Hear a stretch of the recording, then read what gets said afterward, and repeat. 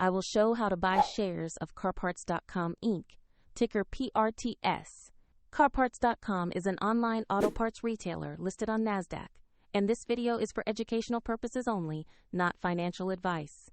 To buy shares, you need a brokerage account, and I will use eToro as an example to illustrate the process. After registering, you must verify your account, usually by uploading an ID, and you will need to add funds to make a purchase. Use the platform search field to find the company by name or ticker.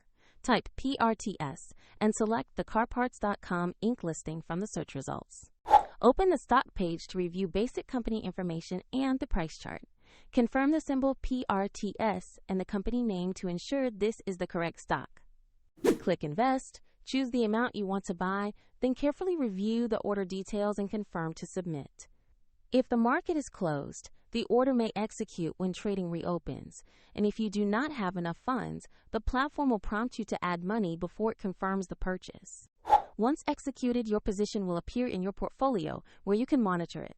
Check the video description for a link to eToro if you want to follow the same process.